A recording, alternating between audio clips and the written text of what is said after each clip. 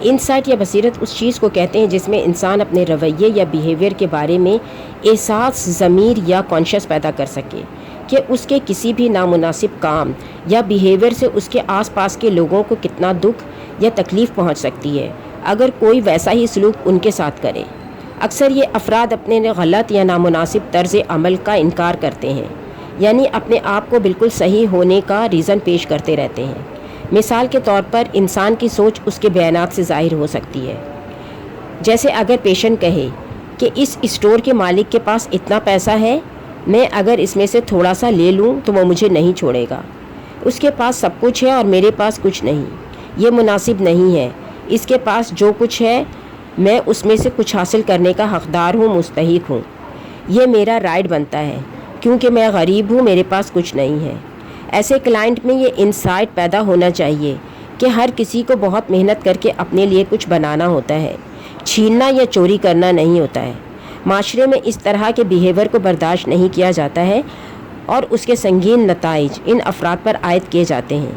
انہیں بھی معاشرے کا ایک بہترین پروڈکٹیو ممبر بننا ہے۔ نمبر 14، کلائنٹ کے ساتھ اس کے پاس بیہیویئر کے بارے میں بات کریں، ڈسکس کریں کہ کون سا بیہیویئر سوشل یعنی معاشرتی اصولوں کے مطابق قابل قبول ہے اور کون سا نہیں۔ کلائنٹ کو ان طریقوں کی نشاندہی کرنے میں مدد کریں جن میں اس نے دوسروں کا یوز کیا ہو۔ کلائنٹ کو یہ دریافت کرنے کی ترغیب دیں کہ اگر یہ حالات اس پر آئے تو کیسا محسوس کرے گا۔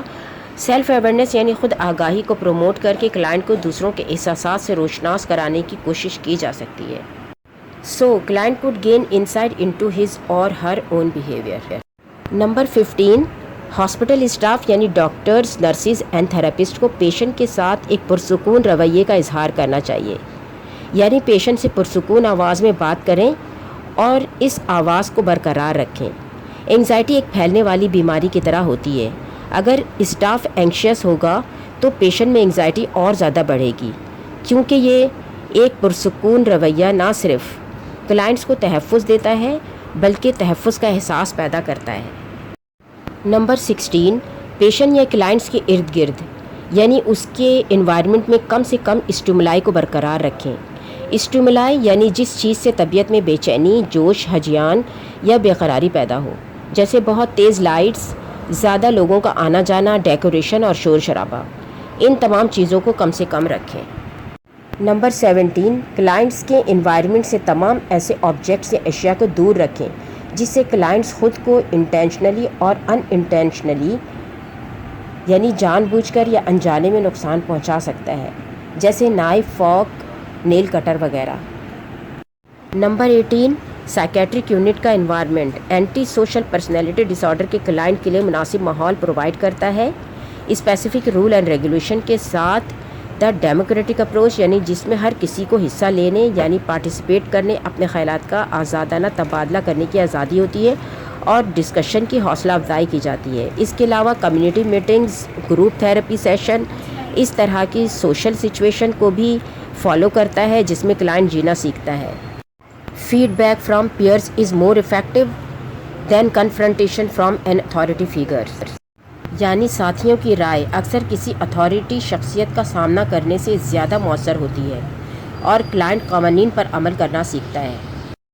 نمبر 19، سائکیٹرک یونٹ میں کام کرنے والی گریجویٹ اسٹاف نرسز کو ان کلائنٹس کی خصوصیات یعنی کیریکٹرسٹکس کے ساتھ مناسب انٹرونشن کے بارے میں نالج اینڈ انفارمیشن ہونا چاہیے، کیونکہ ہو سکتا ہے اسٹاف کو پروفیشنلی طور پر اس طرح کے بڑے گریٹ چیلنجنگ والے پیشنٹ کسی اور گروپ میں نہ ملے ہوں۔ Number 20، according to psychiatric physicians order, patient کو ٹرینکولائزنگ یعنی سکون بخش میڈیسن دیں اور اس کا افیکٹ اینڈ سائیڈ افیکٹس کو مانیٹر کرتے رہیں۔ ان کی دوائیوں میں ضرورت پڑنے پر اینٹی انگزائٹی جیسے لورازیپیم، کلور ڈیازیپ آکسائڈ اینڈ آکزازیپیم کا یوز شامل ہے تاکہ پیشنٹ کو پرسکون رکھا جا سکے، لیکن یہ بات خاص کر اینٹی سوشل پرسنالٹی ڈس آرڈر والے پیشنٹ کے لیے ذہن میں رکھنا چاہیے کہ ان دوائیوں کا استعمال کوشش کر کے ان پیشنٹ کے لیے اوائڈ کیا جائے، کیونکہ یہ دوائیاں پیشنٹ میں ایڈکشن کاز کرتی ہیں۔ نمبر 21، اگر ضرورت ہو تو کلائنٹ کو طاقت کا مظاہرہ پیش کرنے کے لیے کافی عملہ دستیاب ہو یہ کلائنٹ کو صورتحال پر کنٹرول میں رہنے کا ثبوت فراہم کرتا ہے اور اسٹاف کو فزیکل سیکیورٹی یعنی جسمانی تحفظ فراہم کرتا ہے۔ نمبر 22، اگر پیشنٹ کسی طرح سے پرسکون نہ ہو یعنی تمام انٹرونشن اینڈ میڈیکیشن سے بھی، تو میکینیکل ریسٹرین ضروری ہو جاتا ہے، لیکن باندھ کر رکھنے کے سارے پرنسپلز پیشنٹ کے لیے ڈاکٹرز اور اسٹاف پر لاگو ہوں گے۔